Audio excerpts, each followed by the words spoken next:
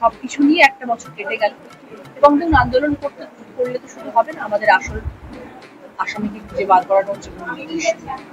দেখো, পশ্চিমবঙ্গের মুখ্যমন্ত্রীর এতটুকু পর্যন্ত লজ্জা, ঘৃণা, ভয় কিছুই নেই। উনি একটা জলজ্যান্ত ছোট লোক, বা উনি একটা কোনো একটা অন্য গ্রহের প্রাণী। তার কারণ হচ্ছে তারই দলের সাংসদ, আমাদের সবার প্রিয় রচনা ব্যানার্জি, তিনি বলছেন যে আসল অপরাধীকে খুঁজে বার করতে হবে। তার মানে তিনি এখানটায় বলতে চাইছেন যে আসল অপরাধী এখনও ধরা পড়েনি। তার দলের বিধায়ক চিরঞ্জিত, তিনিও বলছেন যে আসল অপরাধী এখনও ধরা পড়েনি। তো আজকে পশ্চিমবঙ্গে প্রমাণ লোপাট এবং পশ্চিমবঙ্গে যে দানবিক একটা শাসন ব্যবস্থা চলছে সেটা নিয়েই আজকের আলোচনা। আজকে তোমরা ভিডিওটা শেষ পর্যন্ত দেখতে থাকো। মুখ্যমন্ত্রীকে পুরো আলাদা লেভেলের সেঁটে দেবো, এবং মুখ্যমন্ত্রীর একটা পোষা কুকুর আছে কুণাল ঘোষ, তাকেও হালকা করে চাঁটা হবে। তো চলো আর বেশি না বকে ভাট, আজকের ভিডিওটা শুরু করা যাক। তো হে বাঙালি, হ্যালো বাঙালি, নমস্কার বাঙালি, কেমন আছো তোমরা সবাই? আশা করি অনেক অনেক ভালো আছো। তো আজকের একটা নতুন ভিডিওতে তোমাদের সবাইকে অনেক অনেক স্বাগত। অপরাধী শাস্তি পাবে এটাই আমরা চাই, কিন্তু যিনি যারা এই কাজটা করেছে, যারা এই কাজটা করেছে তারা তো সাংঘাতিক অন্যায় মূলক কাজ করেছে, তাদের শাস্তি পাওয়াটা দরকার।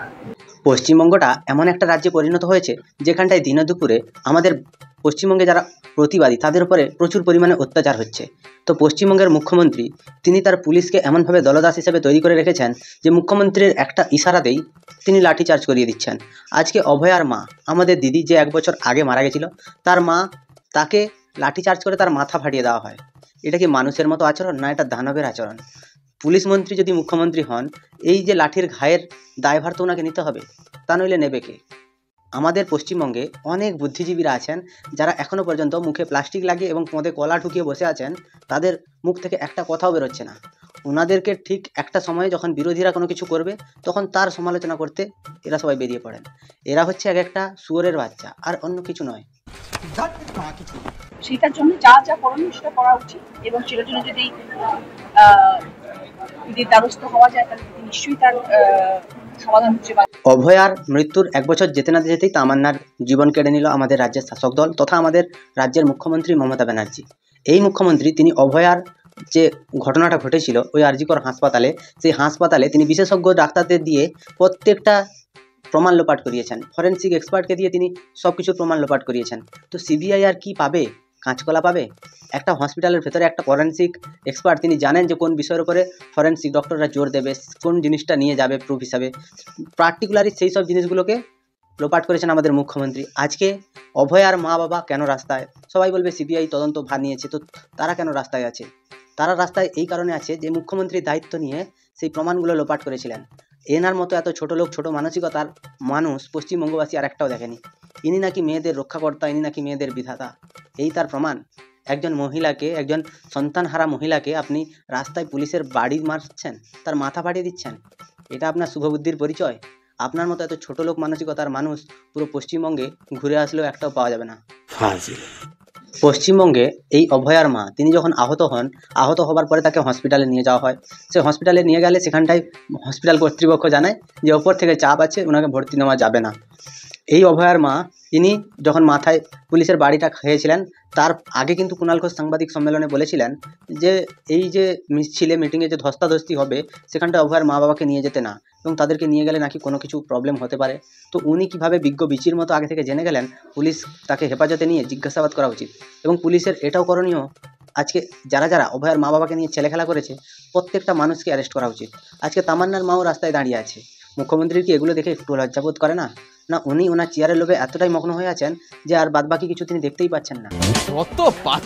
পশ্চিমবঙ্গে একটা চোর চিটিংবাজ যদি অসুস্থ হয়, সে চুরি করার পরে যখন তাকে সিবিআই ধরতে যায়, নাম ধরে বলছি ভাইপোর ম্যানেজার সুজয় কৃষ্ণ ভদ্র, তাকে যখন ধরতে গেছিল সিবিআই, তখন কিন্তু তিনি খুব পরিমাণে অসুস্থ হয়ে গেছিলেন, এবং তার জন্য এসএসকেএম হসপিটালের একটা বেড পুরোপুরি ফাঁকা ছিল, এবং আমাদের শাসক দলের নেতামন্ত্রীরা জানতেন যে তিনি অসুস্থ হবেন, এবং তাকে ওই হসপিটালে নিয়ে যাওয়া হবে।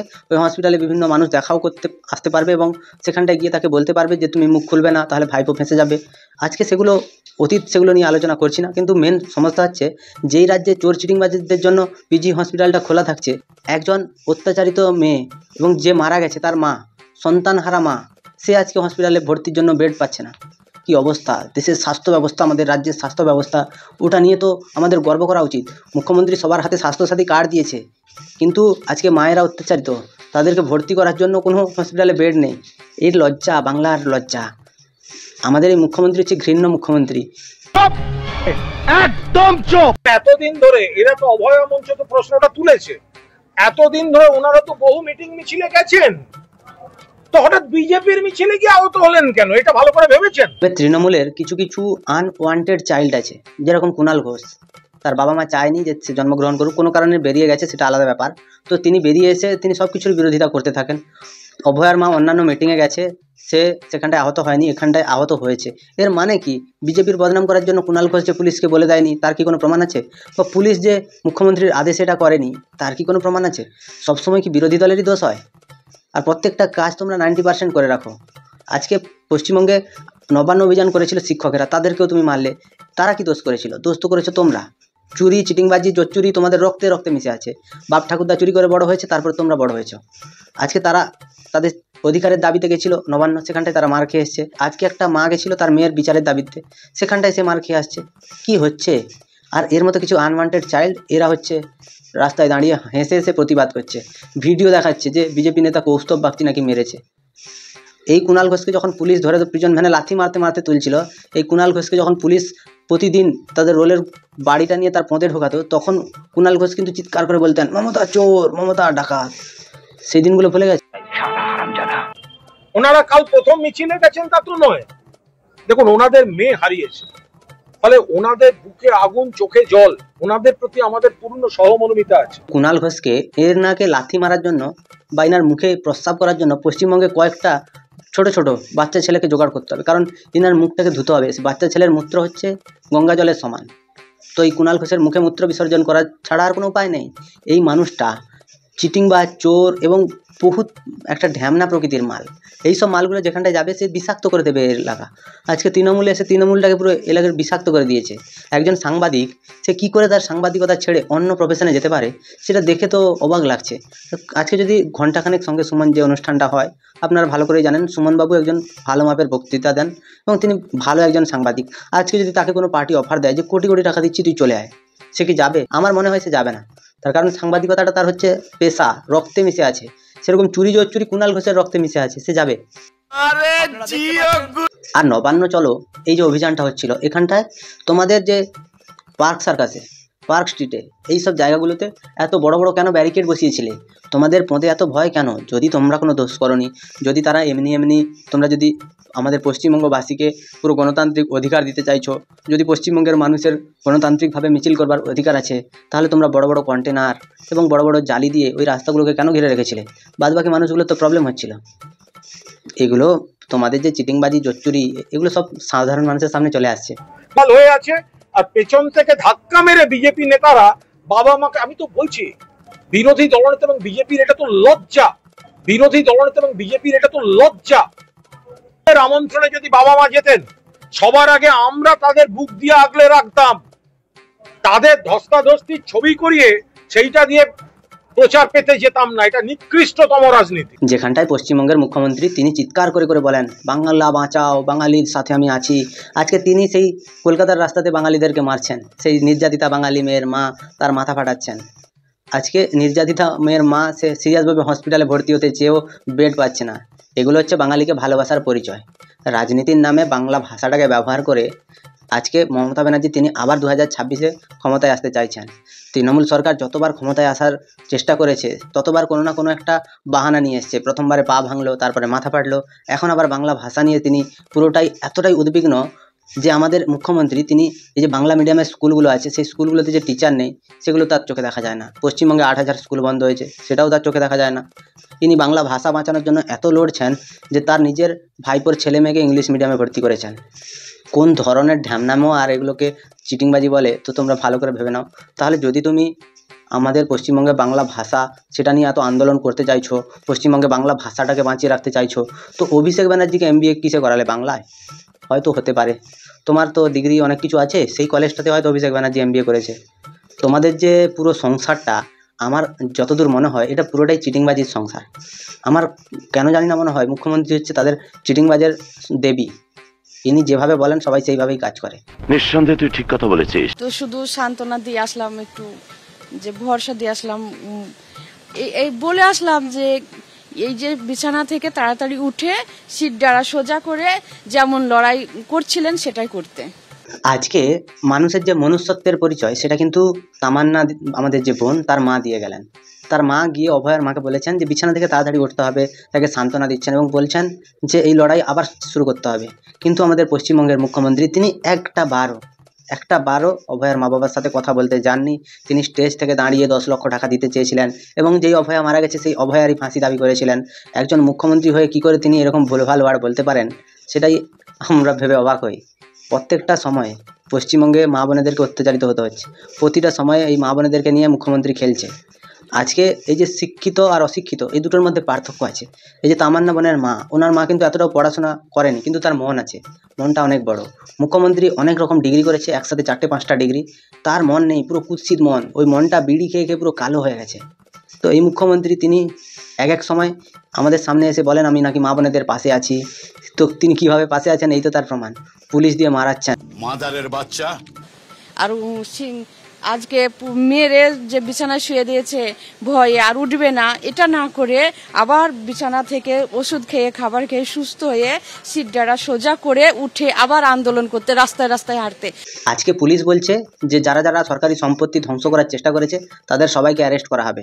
কিন্তু এই পুলিশ আরজি করে যখন হাসপাতাল ভাঙচুর হচ্ছিল তখন এই পুলিশ নীরবভাবে দাঁড়িয়েছিল। আজকে যে অভয়ার মা কেন রাস্তায় হাঁটছে, অভয়ার বাবা কেন রাস্তায় হাঁটছে, সেটা নিয়ে কথা হচ্ছে। বিচার তো আছে সিবিআইয়ের কাছে। কিন্তু আমার একটা কথা আছে এখানে, যে যখন আরজিকর হাসপাতাল ভাঙা হচ্ছিল সেই হাসপাতালের কেসটা কিন্তু আছে কলকাতা পুলিশের কাছে। কতজনকে অ্যারেস্ট করা হয়েছে এবং কে তাদের মাথা, কে পাঠিয়েছিল, কিসের জন্য, কোন কারণে, এই সব জিনিসগুলো আমাদের পুলিশ উত্তর দিতে পারেনি। আর সেই যে সম্পত্তিটা সেটা কার বাবার সম্পত্তি আমরা জানি না, সরকারি সম্পত্তি তো নয় হয়তো, সেই জন্য পুলিশ কিছু করেনি। আজকে যারা সম্পত্তি ভাঙার চেষ্টা করেছে তাদের বিরুদ্ধে পুলিশ ব্যবস্থা নেবে এবং পুলিশের বিরুদ্ধে যেদিনকে মানুষ ব্যবস্থা নেবে সেদিন পুলিশ আর কোথাও যাওয়ার রাস্তা পাবে না। সেদিন তাদের পুলিশ মন্ত্রী মমতা ব্যানার্জি তিনিও বাঁচাতে পারবেন না। হয়তো জীবন চলে যাবে, মেয়েরা চলে যায়, মায়েরা থেকে কি করবে, তো চলে যাবে, তবুও যেন বিচারের শেষ দিন পর্যন্ত লড়ে যেতে হবে। না, ওনার কথা বলার মতো পরিস্থিতি নেই, উনি কান্নায় করছেন। এই চিটিংবাজ আর ঢপবাজ এই মুখ্যমন্ত্রী যতদিন থাকবে, কাকিমা বলছি, তোমার মেয়েও বিচার পাবে না আর অভয়াও বিচার পাবে না। আর তোমরা সিপিএম করো, অভয়ার মা বাবা তারা কি পার্টি করে আজ পর্যন্ত জানা গেছিল না। যেহেতু তাদের মেয়ে মারা গেছে সেখান থেকে তাদের স্ট্যাম্প পড়ে গেছে, তারা নাকি বিজেপি করে। কুণাল ঘোষের কথায়, কুণাল ঘোষের মতো ছোট লোক মানসিকতার মানুষ তো এই মন্তব্যটা করবে, তাই না? আর কে করবে? ঠিক আছে, তারা বিজেপি করে, তাহলে বিরোধী দলগুলো তারা মনে হয় বাঙালি নয়, তারা মনে হচ্ছে বাংলার মানুষ নয়। আজকে বাংলা থেকে উৎখাত করা যাবে না, মুখ্যমন্ত্রী বলছে বাংলার মানুষের উপরে অত্যাচার মেনে নেবে না কেউ। তো আজকে যাদের উপরে অত্যাচার হচ্ছে তারা বাঙালি নয়, আজকে যাদেরকে উৎখাত করার চেষ্টা করা হচ্ছে, যাদেরকে ভয় দেখানো হচ্ছে তারা বাঙালি নয়, যাদেরকে অ্যারেস্ট করা হচ্ছে তারা বাঙালি নয়, যাদেরকে অ্যারেস্ট করে পুলিশের অত্যাচার সহ্য করতে হচ্ছে তারা বাঙালি নয়। মুখ্যমন্ত্রী কাদেরকে রক্ষা করতে চাইছে জানো? যারা এই সব যে আরজিকর হসপিটালটা ভাঙাভাঙি করেছে, যারা অভয়ার প্রমাণ লোপাট করেছে, যারা মালদা মুর্শিদাবাদে এইরকম একটা করে সন্ত্রাস করেছে, সেই সব মানুষগুলোকে মুখ্যমন্ত্রী রক্ষা করতে চাইছে, কারণ তারাই হচ্ছে মুখ্যমন্ত্রীর ভবিষ্যৎ। কারণ মুখ্যমন্ত্রীকে শ্মশানে নিয়ে যাওয়ার সময় এরাই তো না দাঙ্গা করতে করতে যাবে, এরা না মানুষ মারতে মারতে যাবে। এই মুখ্যমন্ত্রী ইনি যতদিন থেকে এসছেন ততদিন থেকে সব মানুষকে চিটিংবাজির পুরো পন্থা ধরিয়ে দিচ্ছেন।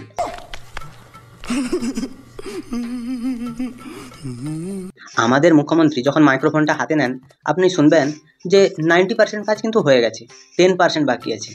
কোন 10%? আমি ভাববো যে আমার হয়তো সেই 10%-এর ভেতরে আছে, আবার অন্য কেউ ভাববে তারও হয়তো 10%-এর ভেতরে বাকি আছে। তো আর বাকি আজকে পশ্চিমবঙ্গের সারা মানুষ যদি ভাবে তারই 10%-এর মধ্যে বাকি আছে, তো সেই রকমভাবেই তো মুখ্যমন্ত্রী সারা জীবন ঠপ দিয়ে আজ পর্যন্ত চলে আসছে। সে নাকি সব করে দিয়েছে, আজকে শুধুমাত্র বিচারগুলো দিতে পারছে না। পশ্চিমবঙ্গের মুখ্যমন্ত্রী তিনি হচ্ছেন করাপশনে পুরো ডুবে গেছে। আজকে আমরা যদি বলি যে পার্থ চ্যাটার্জি চুরি করেছে, ইনি নাকি কিছু জানেন না, সবথেকে বড় মিথ্যা কথা, সবথেকে বড় ভুল এটা। ইনার মতো চিটিংবাজ, মিথ্যাবাদী, ছোট লোক মানসিকতার মহিলা আর পৃথিবীতে তুমি দুটো পাবে না। তোমাদের কি মতামত তোমরা আমায় কমেন্টে জানাও। ভিডিওটা ভালো লাগলে লাইক করো, কমেন্ট করো, শেয়ার করো, সাবস্ক্রাইব করো, পাশে থাকা বেল আইকনটা প্রেস করতে একদম ভুলবে না। সবাই ভালো থেকো, সুস্থ থেকো, সাবধানে থেকো আর দেখতে থাকো বাংলার কোণে ঘর।